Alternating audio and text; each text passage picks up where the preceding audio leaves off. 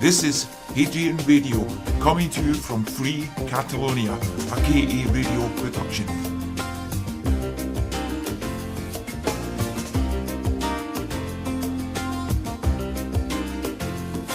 Hello, good afternoon and welcome to Radio Hadrian Week 18 Part 2, or should I say Take 2. We had some problems with the upload to the YouTube channel, so the entire English version, my part in it, is being redone today. Of course, you know it's not live. In the middle of the ongoing farce that is the political situation here in Catalonia, I've been asking myself why. Why do millions of intelligent people keep believing in Carles Puigdemont? And it's the same in Scotland when it comes to independence politics. Why does hardly anyone ever question Carles Puigdemont or Nicola Sturgeon in their continual betrayal of the Catalan people and the Scots people who want independence? There are people, there is a growing number of people, I think, in both countries who are questioning the ulterior motives and the agendas of these two particular political leaders. But not enough, and far too many people just blindly believe them and support them. And of course, at the moment we've got Carles Puigdemont. Well, I'm not quite sure if this is the case. Certainly last week, people here still believe that he had a cunning plan and that he knew what he was doing. Of course, you hear that in Scotland as well, don't we? And you have to wonder, when are people going to start to say, wait a minute, he's had two mandates, we went to a referendum, we said yes, he's just playing games with them. But I would suggest that to find out, or to find the answer to why people blindly follow these leaders who continually betray them, is that we should look at the school systems. So, I ask you, what do you expect when you send your children to school, those of you who are parents? Or, if you're not a parent, what do you think schools are for? Most of you would probably say for children to get a good education and to have a good future. Get a good job, go to university perhaps, get a good trade. How many of you would have answered to provide good, obedient future citizens for the government? No one? Why not? That's what schools are for. Schools are not about catering for individual children, and they are part of a system, and that system includes government. When you say you want your child to have a good education, every parent wants their child to have a good education. That's normal. Every parent in the world, in all countries, it doesn't matter what country you come from, you want your children to be well educated and to have good futures. Of course you do. But what do we mean when we say education? The Oxford English Dictionary defines education as, and I quote, the process of receiving or giving systematic instruction, especially at a school or university. Nowhere in there does it say to provide individual people with a nice future, with a foundation for a nice future. And what our children learn at school varies from generation to generation, but also from country to country. Education anywhere in the world has to have a cultural component. Although, sadly, I have to say that 3 years ago when I was teaching in a primary school in North Ayrshire, I didn't see anything Scottish about the curriculum. You would not have known that you were in a Scottish primary school. And sadly, those wee children had to do what was called a unit in Scottish studies. I was absolutely gobsmacked that we Scottish children were being given a unit in their own culture, but they were only doing it for 8 weeks. The entire curriculum should reflect a culture. And the Scottish curriculum, I could do a whole programme on this, and maybe I will, but the Scottish curriculum and the curriculum for excellence is an atrocious piece of deception. The curriculum does not reflect the culture, it doesn't promote the culture, and the curriculum for excellence, as most teachers in Scotland would tell you, has nothing excellent about it. Anyway, that's another topic for another day before I really get into that and get het up about that. Okay, I have to say that here in Catalonia, the curriculum is much more cultural, particularly as the language of instruction is Catalan. And of course, we've talked about this in previous programs, where Scotland has a very complex language system. We don't have one, well, we have English, which is the dominant language, because we're part of a colony. But however, Scots and Gaelic are not the language of instruction by law. Apart from a social benefit, though, why wouldn't we teach our children ourselves at home? Why don't many of us teach our children at home? Why do we send them to school? Now, a lot of parents do teach their children at home, and I thought of doing it with my youngest. Why I didn't is another matter, but of course there's an economic reason why we don't teach our children at home. For many of us, there's an economic reason. We need to earn money. Okay, we have to earn money, and teaching your child at home, unless you're lucky and you can work from home, but you need to earn a living, and so that generally requires parents to have to leave the house, and they need to have somewhere for their children to go. And a lot of parents have careers. When we encourage our children to go to university and have careers, the idea is that you then have that career for a long time, perhaps for life. Maybe if you become a doctor or a lawyer or whatever. And staying at home, well, that kind of makes being a doctor a bit hard. Perhaps you could be a lawyer at home. I don't know. I think that sounds tricky too. So there's reasons why we don't teach our children at home generally. But my point is, why is it compulsory to send children to school? Once upon a time, we would have probably said, oh, well, it's to get an education, so they have a good future. That's true. Children do need to be educated, but schools are institutions. And institutions are not about individuals. So the moment you send your child to school, and don't get me wrong, this is not about saying don't send your children to school. It's about the system. The moment that child starts school, they're going to be institutionalized. What's an institution? Again, from the Oxford Dictionary.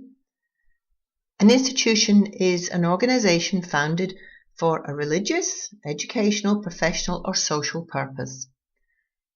My own definition is a bit different. Here's my definition of an institution. It is a place where the maximum instruction or the maximum information can be delivered to the maximum number of people at the same time, at the lowest cost.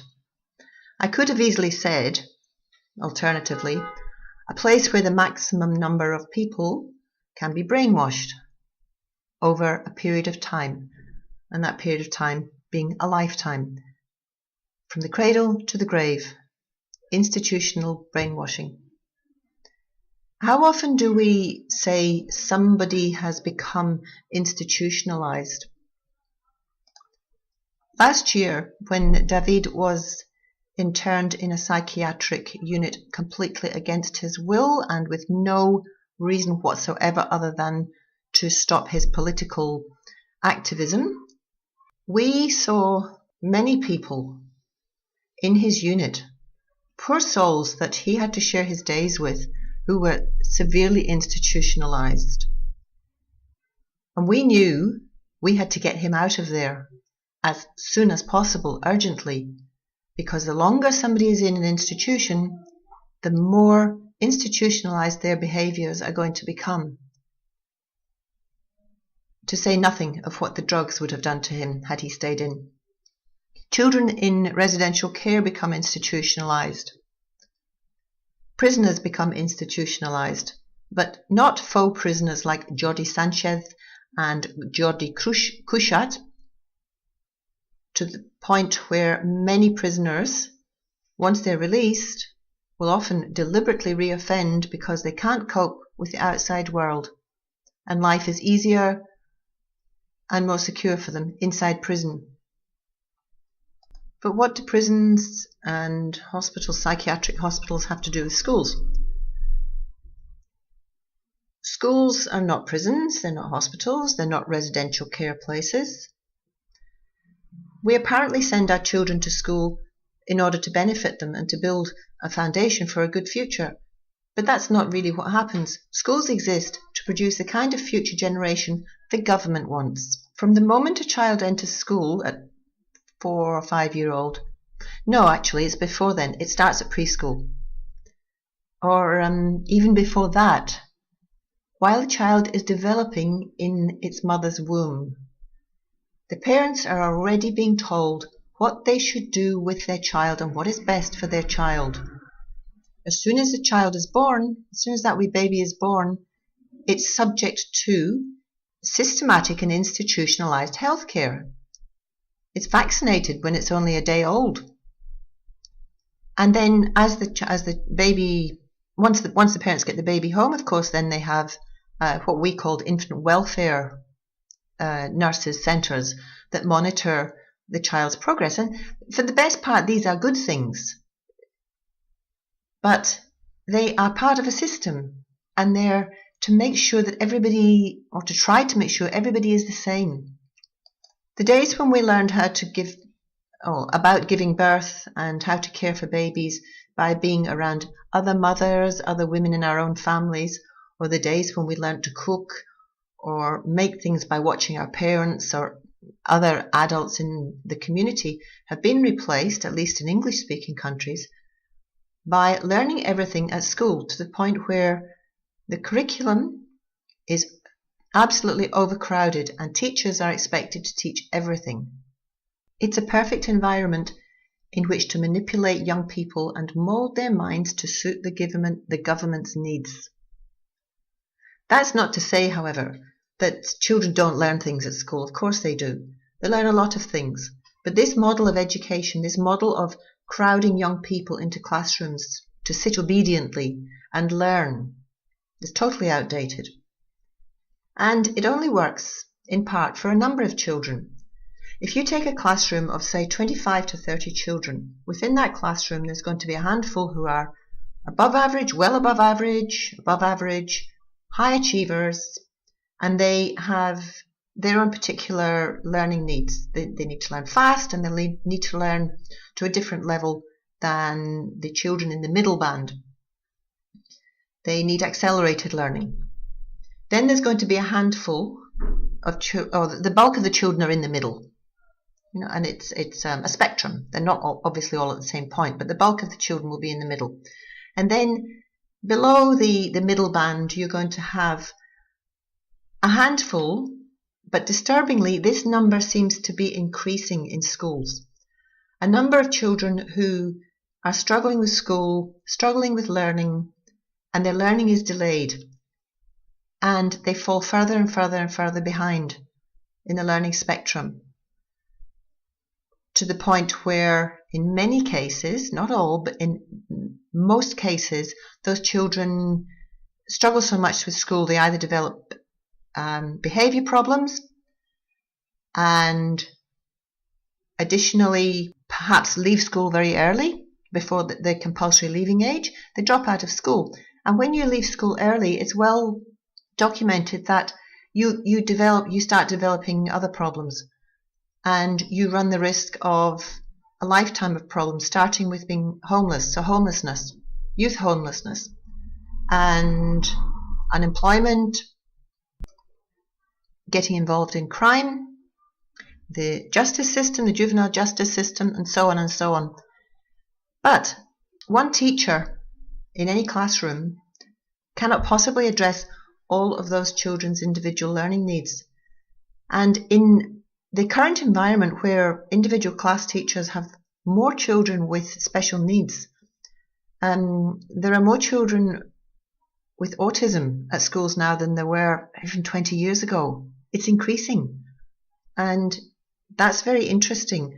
It's very problematic for schools, and it's very interesting from the point of view of asking why are there more children with autism in schools. However, that's not what this program is about today. So this teacher cannot possibly address all of the children's individual learning needs. Therefore, a prescriptive curriculum must be delivered. And in order to maximize the benchmark statistics, because remember this is a system and there are targets to meet, you must provide some catch-up and some remedial support for the slower children, while at the same time you must provide limited acceleration programs for the brighter children. You must bring them all to as close a common denominator as possible. And you do this over 12 years. I'm not sure how many years children here in Catalonia have to spend at school, but in general, in English-speaking countries, well, Scotland and Australia, it's 12 years. And these institutions that we call schools have rules. Sometimes they have pointless rules, absolutely pointless rules, and lots of rules. An example of a pointless rule would be, I used to teach at a special needs school in southeast Melbourne. We were a state-of-the-art school. It was called Marnebek School. And we were a state-of-the-art school because we were the first specialist school to be built in 32 years. So we had a lot of political interest. A lot of money was poured into this school. It was a government school.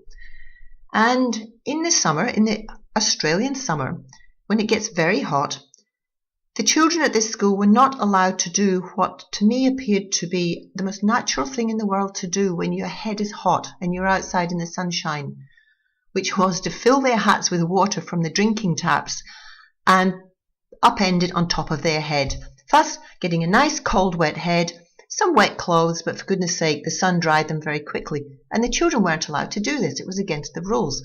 And I remember thinking, how idiotic is that? When you're hot, it's nice to have a cold wet head. It's beautiful. But no, institutions have rules.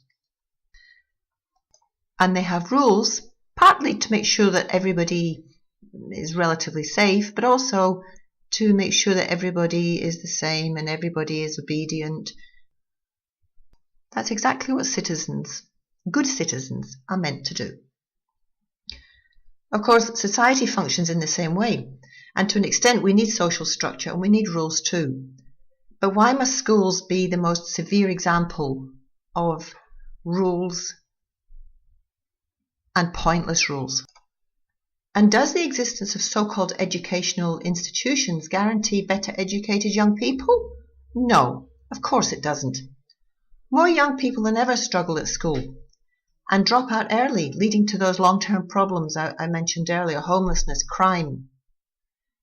So here on the one hand, I'm suggesting schools are not in the business of educating individuals, but on the other hand, I'm also saying we have a problem with too many youngsters not coping with the school system, not coming out of it the other end with good feelings, and sometimes not actually reaching the end of the education system.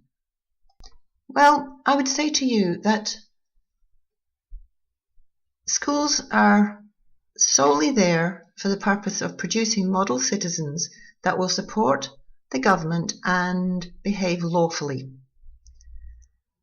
And to make sure they support the government, you have to have a lot of other things in place. So schools are the place where you can maximize the number of young people that you can effect at any one time. Why don't you want schools to allow children to think for themselves? Well, no, you don't want that. Governments don't want schools to produce generations of young people who think for themselves, who learn the way their own brains need to, who then question everything and anything. Why? Because then they'd question politicians and government, wouldn't they? And if that was happening right now here in Catalonia, Carles Puigdemont wouldn't be getting away with betraying the people. He would be in prison. Like a real prisoner, not a faux prisoner like Sanchez and Cuixart. And in Scotland, the rigged referendum would have been exposed, and all the politicians who knew it was rigged, Nicola Sturgeon, Alex Salmond, et al., would all be out of a job, and they'd be in jail for treason. But we don't question them. Well, some people do. We question here at Radio Hadrian, and we know there are other people like us. I don't think there's anybody else doing this same radio program. But there are people, and perhaps a growing number of people, who are starting to get angry at how they're being betrayed and how people like Nicola Sturgeon work for Westminster, sit on the Privy Council, the Queen's Privy Council, and work with Westminster to kill independence. And here in Catalonia, Carles Puigdemont is making, whilst it's a farcical, it's like a pantomime to be in the middle of all of this, but he is killing independence. If he wanted independence, he would have declared it properly now. You don't be wishy-washy about this. They had a referendum, the people said yes, and nearly a month later, he still hasn't made up his mind whether he's going to declare or not. I mean, come on. That's treacherous behaviour. And the media are well and truly a part of this manipulation of people from the moment they're born, from before they're born, until the moment they die. In 2016, after the release of I, Daniel Blake, a film which condemned Britain's cruel and draconian social policies, Ken Loach, the director, accused the BBC of complete manipulation of people through giving people a diet, feeding people a diet of nostalgic pulp and of peddling false stereotypes. He was critical of all mainstream media, but he really hammered the BBC in particular with reference to a historical drama that was called Downton Abbey, which portrayed a Britain, a glowing era of British wonderfulness, greatness, that probably didn't actually exist except for the aristocrats. And that's what the programme was about. It wouldn't have been like that for the normal person. In Scotland, though, we are very, very well used to the BBC's model of manipulative media and of false stereotypes. We have been subject to it for decades. And in the BBC, there is BBC Scotland. This is for people who don't live in Scotland, who are not Scots. There is a branch of the BBC, and it's called BBC Scotland. And it's supposed to be about Scotland for Scotland, but there is absolutely nothing Scottish about BBC Scotland. Most of it comes from London, and it portrays false stereotypes, and whenever they want to speak to an expert on any topic, they will interview a non-Scot. And still on the topic of the BBC, it's no accident that in London, the BBC headquarters are so close to Westminster. It was common practice at one point, and it may still be actually. If anybody knows whether this is still the case or not, I'd love to hear. But it was common practice for politicians from the Houses of Parliament to pop down to the BBC in the morning and consult the BBC before making political decisions. And that sort of stuff happens here in Catalonia as well. Years ago, when I trained as a journalist, although I've never practiced as a journalist, we were told a journalist's job was to tell the truth, and that you must also fact check, and that nothing will be printed or broadcast unless you have fact checked it religiously. That doesn't happen these days. Rupert Murdoch, the notorious Rupert Murdoch, the notorious media baron, cares nothing for facts. He cares nothing. Now, he owns everything from the London Times down to absolute rubbish gutter press. He also owns a lot of the media in Australia and in America. I don't think he's got a foothold in Spain or in Catalonia or Spain. I have to say Spain because Catalonia is still part of Spain at the moment. And Rupert Murdoch decides what is going to become news, and he also decides what the government will make news. Rupert Murdoch virtually runs Britain. The media are very powerful, and if you take the media and the government together, one is a puppet master and the other is a puppet.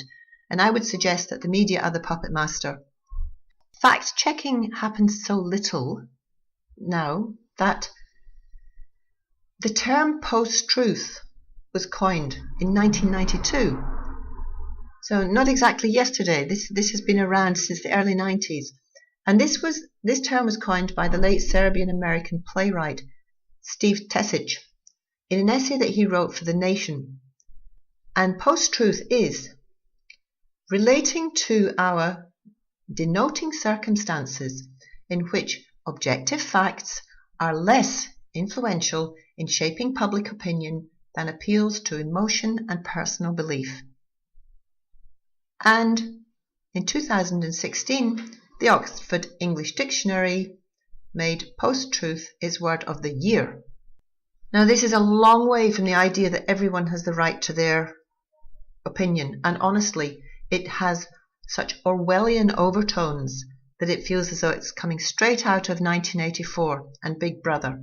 Your opinions don't matter, because the media will tell you, and the government, what matters. So the media tell you, but they also tell the government what matters. The current model of education that we see in our schools is totally outdated. It was created during the Industrial Revolution to give some basic literacy and numeracy skills to mill workers' children. And this isn't the industrial age anymore. We've moved on from that. We're now in the technological age, the digital age. And that we're still using a model of education that was set up over 200 years ago, when life was just a little bit different to today, I think we can safely say. In an ideal and utopian world, schools would be places where individual children's needs and individual children's personalities would be nurtured, and a place where children would be allowed to learn and to grow developmentally. Philosophy would underpin the curriculum, not benchmarking and not targets. When I was doing my undergraduate teacher training, I studied education philosophy and I loved it. But I just landed lucky that we happened to have a philosopher who was also a teacher, and this subject was slightly unusual to study, but it was wonderful. And I don't know if it still happens at Monash University. I don't know if they still teach education philosophy. But this man actually taught philosophy in a local primary school. And it took an innovative principal, head teacher, director, to create an environment to allow this to happen. And it wasn't normal, and it wasn't supposed to happen. But that was in the mid-90s. And I can almost guarantee that will not be allowed to happen anymore, because the curriculum has become more and more and more prescriptive in Australia and in Scotland. But you know, what those ancient Greek philosophers said thousands of years ago is just as relevant today as it was when they first said these things. How much of what we produce today, what we write, what we say, who we listen to, will still be relevant in thousands of years' time? Maybe nothing. Today, we are manipulated by the systems that surround us: schools, governments, law, healthcare, and media. Of all of them, I say media is the most influential tool that governments have.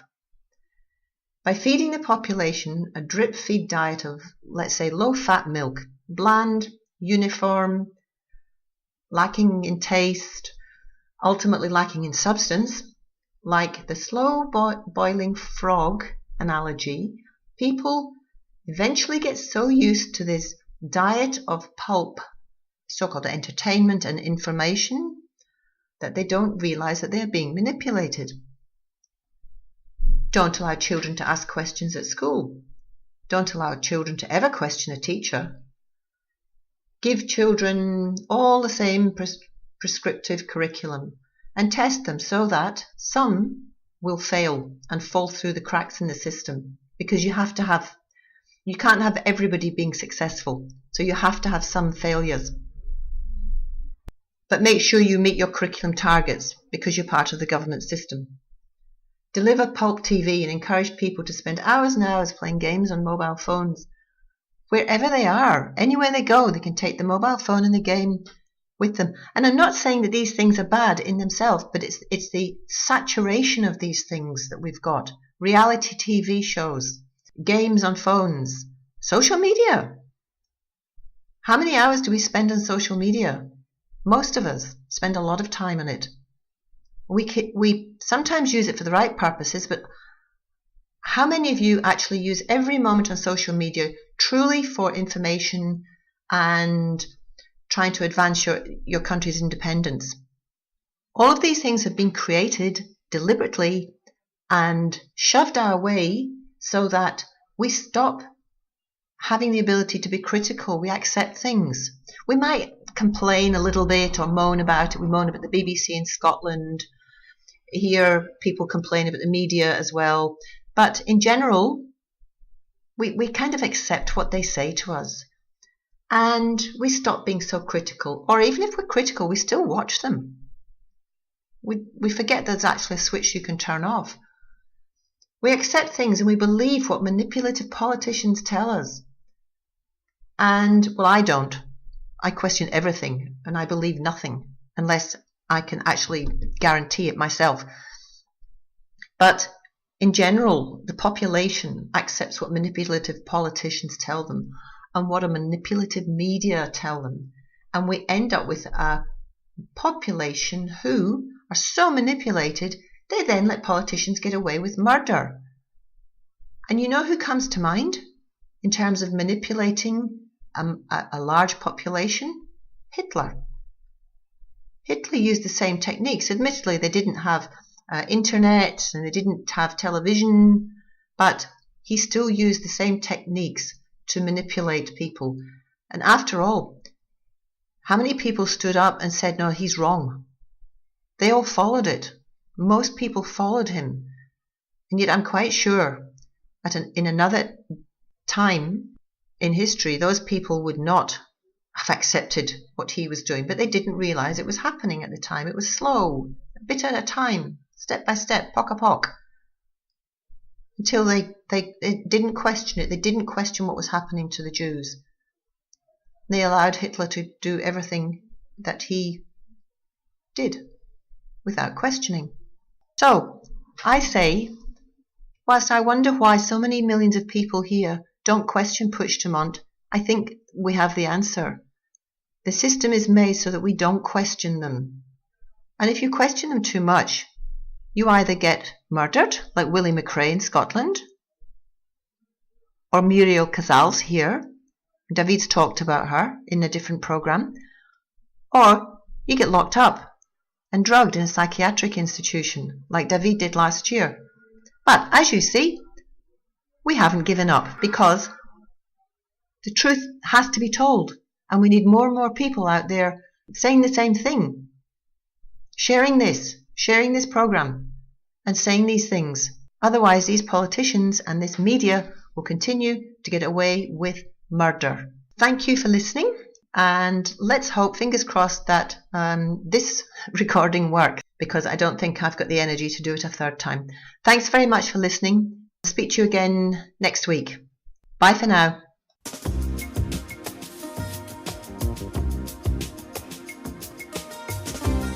This is Hadrian Radio, coming to you from Free Catalonia, a KA radio production.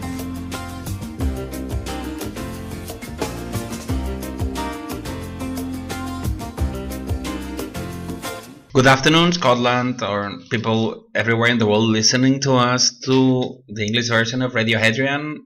This is David Rabantos, and this is chapter 18. Emotions are flowing freely, and it's a very tense moment in the history of Catalonia, and it's a relevant moment for the future of the world as well, because there are tremendous forces that are the same forces that are impeding Scottish independence, the independence of lots of other nations. It's the same forces that are impeding us to know the truth about the false flag attacks in the world, what happened in 9/11, what happened in Madrid 2004, the truth about AIDS, the truth about psychiatry used as a criminal tool to limit dissidents.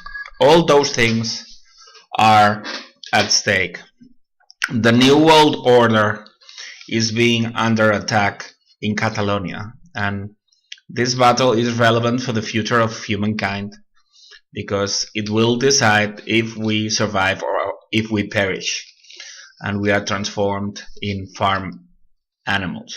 So again, I'm not gonna apologize for centering in Catalonia now, because now The battle that needs to be won is in Catalonia. If we win this battle, the independence of Scotland will be days away. So without more, we start.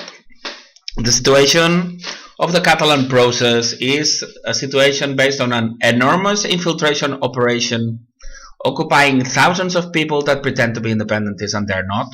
And they run every political media, grassroots organization, political parties, media, grassroots organization, and social networks in the field. All the people on top are unionist moles or New World Order moles, because this is so much bigger than Spain. Spain, since the death of Franco, has controlled everything through infiltration. In that way of changing everything so nothing changed.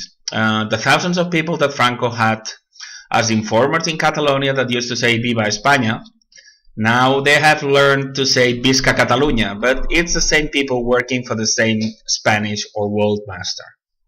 So everything was controlled in Catalonia until in 2009 there was a new party called Regrupament that wasn't controlled by Spain. There was a movement of people, grassroots, that decided to start doing referendums in individual villages, and that was not controlled by Spain. And there was a group run by my friend Ramon Carné, the Cercle Català de Negocis, and that was also not run by Spain. And that set off the alarms. The world doesn't want Scotland, Catalonia, Flanders, Euskal Herria, Wales, Veneto, Corsica, Tibet, Sahara, nowhere to become independent, because the world protects its current members, and the members of the world organizations, are present states. So Spain set up a political party I belonged to without knowing what I was doing, which was called Solidaritat, and they created ANC, Asamblea Nacional Catalana, to take over from these individual people organizing these referendums. And they also disrupted the Cercle Català de Negocis, creating something called Fundació Catalunya Estat. So these three dangers were aborted in 2010. And from 2010, the plan of Spain has been to murder Catalan independence through a referendum Scottish style in 2019. So everything we've seen in Catalonia for the last years has been an enormous pantomime, an enormous farce, where both sides are not competing, they're not in conflict. The Catalan, the world, and the Spanish government work together against the legitimate wishes of the Catalan people to become independent. And what we've seen here is that tremendous farce, a farce that has reached its peak. And when I say things are tense, I mean that coming from somebody who's lost so many things the last 4 years, to the point of being incarcerated in a mental institution for 2 months, for 62 days, and being chemically tortured and induced to suicide, which I'll never commit. When I tell you these are tense moments, it's not empty words. It's really tense moments. At this moment, we have global forces of enormous strength, all focused in murdering Catalan independence through a Scottish-style referendum in 2019. And I'll explain what the themes are here, because I'm sure you'll find that there's parallels with the Scottish situation. In the Spanish, in the Catalan independence process, there's 5 armies. 4 of them belong to Spain. We have the unionist side with PP, PSOE, all the Spanish media. They are not in a position to murder independence. We're not talking about physical war. We're talking about intelligence war. We're talking about psychological war. They cannot do anything. Their job is to do attacks, threats, to attack Catalan leaders, to promote them. Their thing is to distract us. When we are attacking Westminster, when we are attacking the Tories, Labour, UKIP, Lib Dem, we are doing what our enemies want us to do. If Scotland is not independent, it's because SNP hasn't declared it. The same way as Catalonia is not independent because Junts pel Sí and CUP haven't declared it. That's the hard truth. But this program is for mature adult people. So that's one team, the unionist team. Then we have the pact team. Here in Catalonia we have Podemos with Pablo Iglesias and Ada Colau, which is the mayors of Barcelona.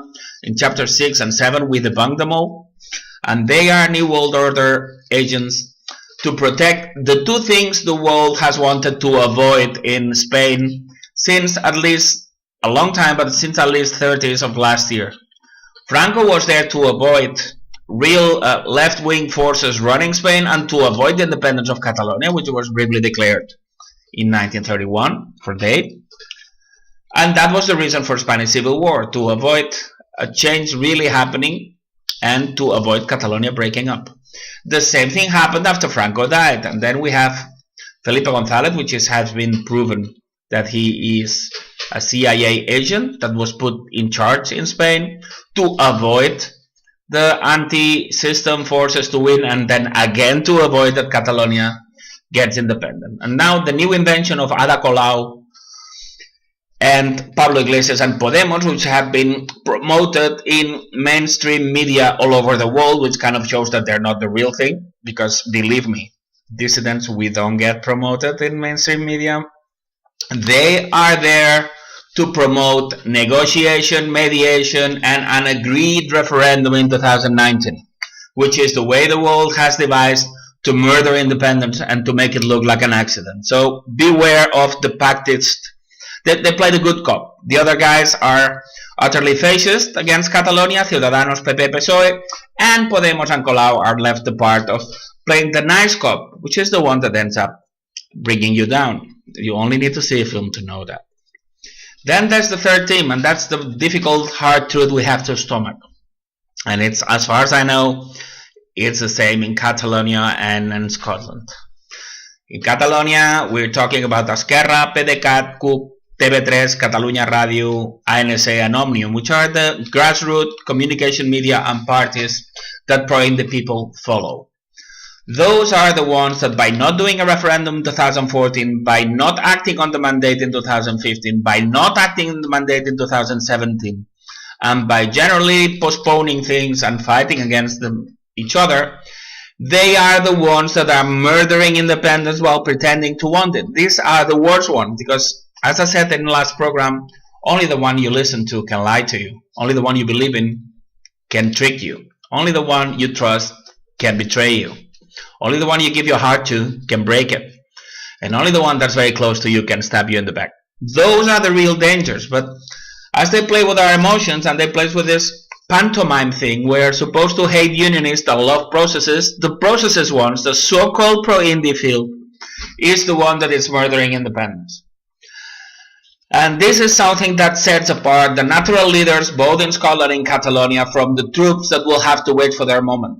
This is a meritocratic revolution, and we need first the officers of this peaceful revolution to step up and to show here.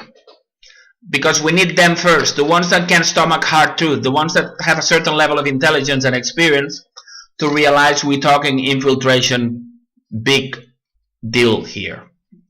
And then there's a minor group here, which in Catalonia we would call confusionists, but we could call gatekeepers or limited hangouts, which is people that mildly criticize the SNP in Scotland, or they criticize the processes leaders here in Catalonia, but they don't talk about infiltration, they don't talk about controlled opposition, they don't talk about this being a big new world order operation to avoid the thing change. Remember that a chimpanzee has 97% of things in common with a human. But the last 3% makes a lot of change, isn't it? So you can lie nowadays by telling 97% of the truth, but failing to go the extra mile. Remember that people that said, oh yes, the Scottish referendum was rigged, but they don't go the extra mile to accept that it could only be successfully rigged because Nicola Sturgeon, Alex Salmond, Stephen Noon, head of strategy, and all the rest were into it.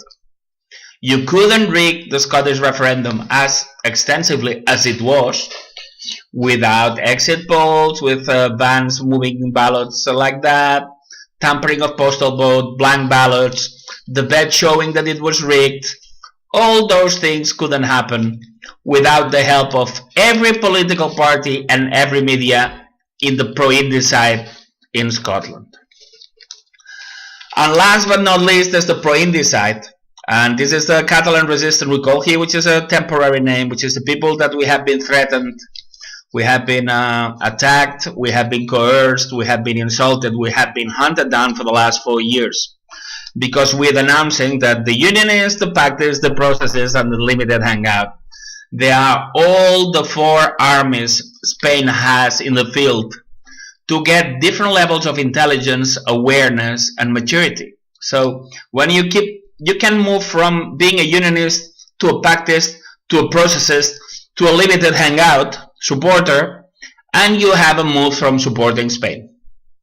That's when they want to silence Radio Hadrian. That's why they want to silence us. That's why we get relevant molds like Anarchy, which, by the way, is going to be in the Scottish Independence Conference, which is something that tarnishes it no little amount.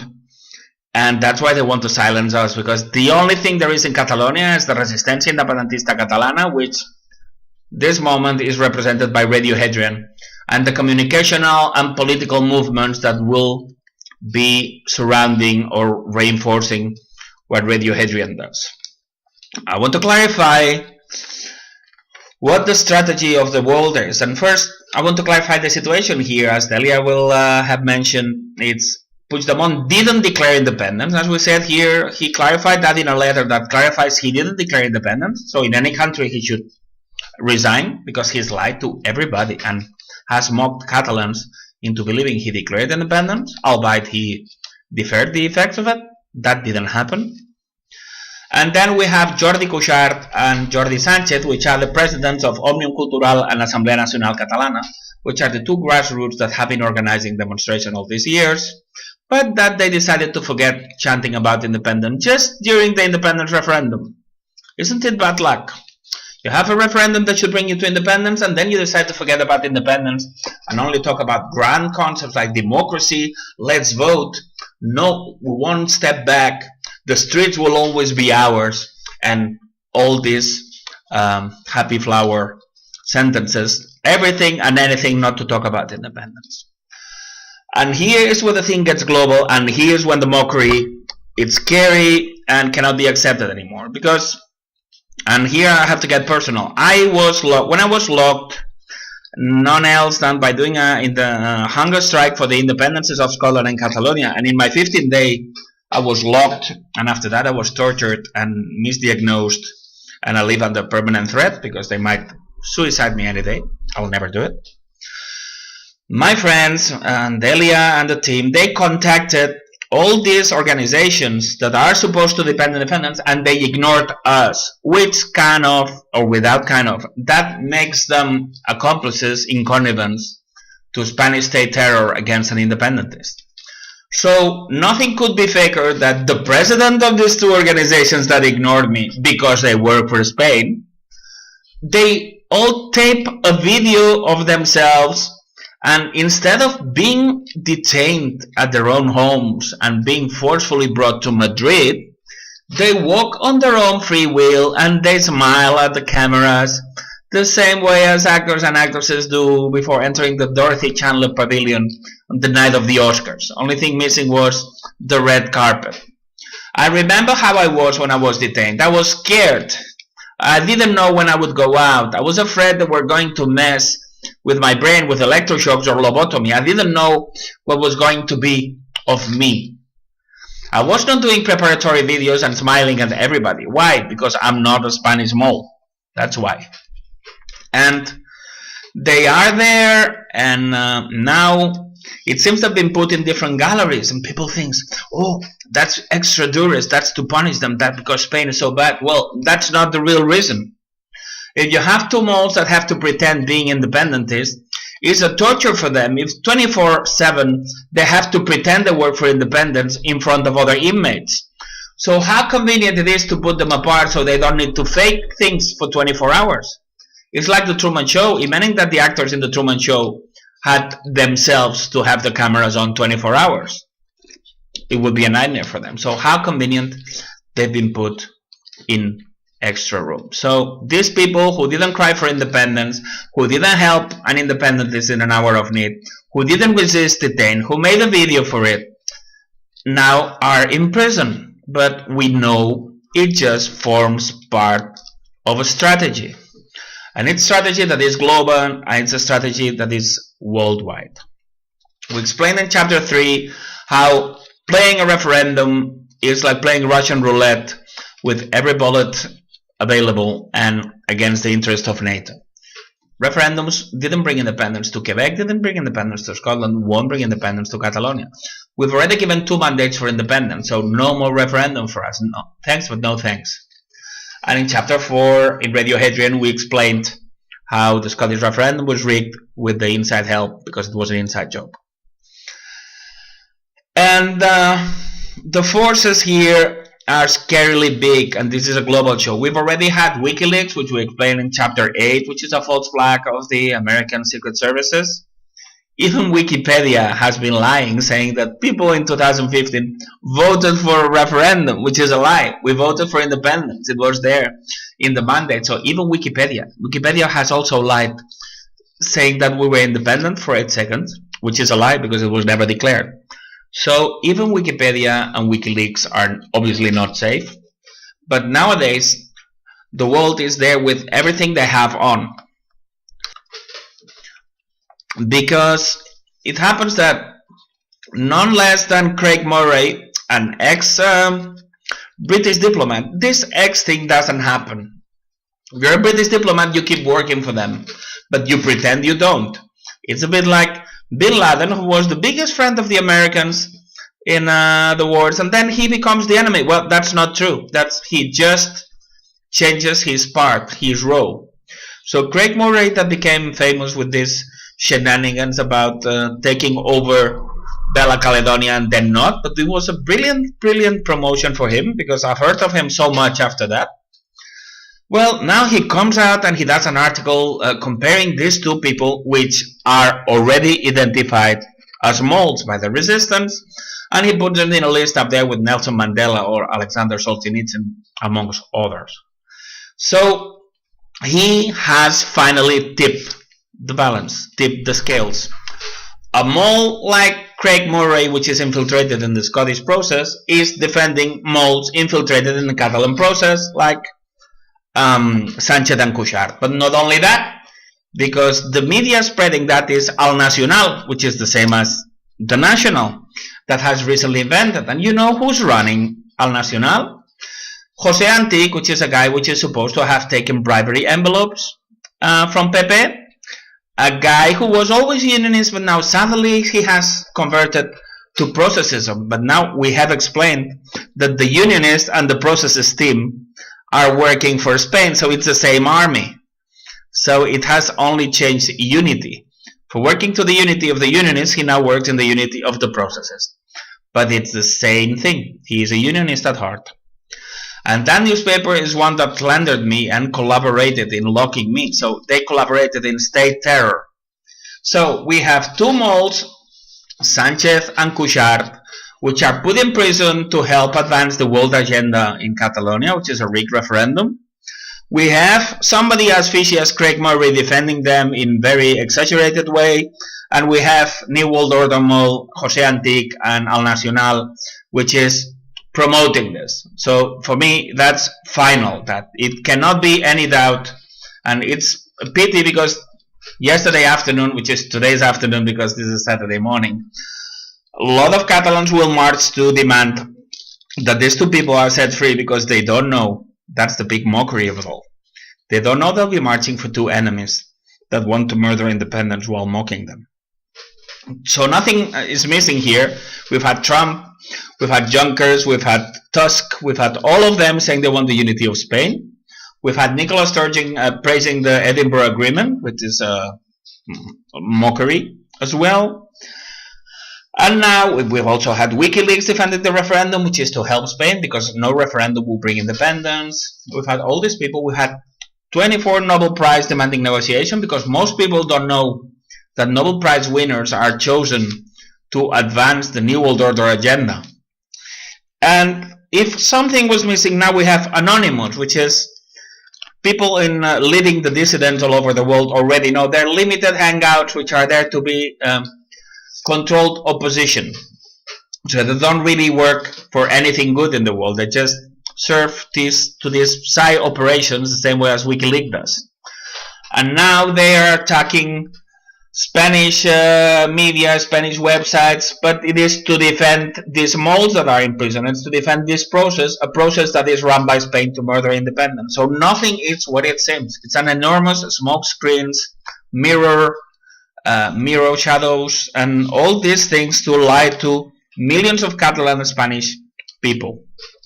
Because I'll sum it up. The plan here is not so much as they entered the Article 155, which allows Spain to control Catalan police, media, economy, but especially internet communication. So the chances are that lots of the things they're doing is just to silence the Catalan Scottish resistance. So we don't know how long we're going to be able to talk to you. So please spread. Record this in USB key.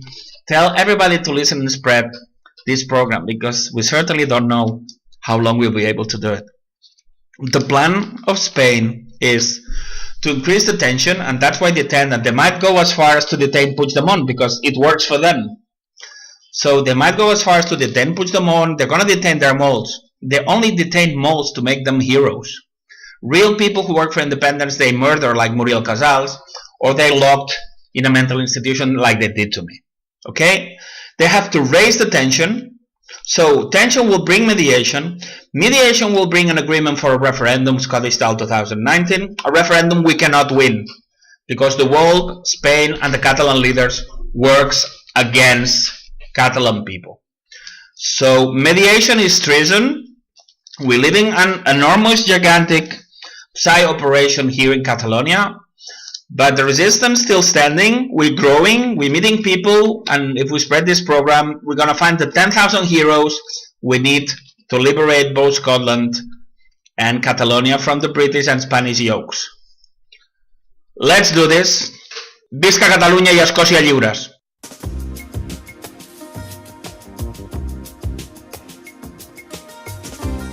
This is Hadrian Radio, coming to you from Free Catalonia, a KA radio production.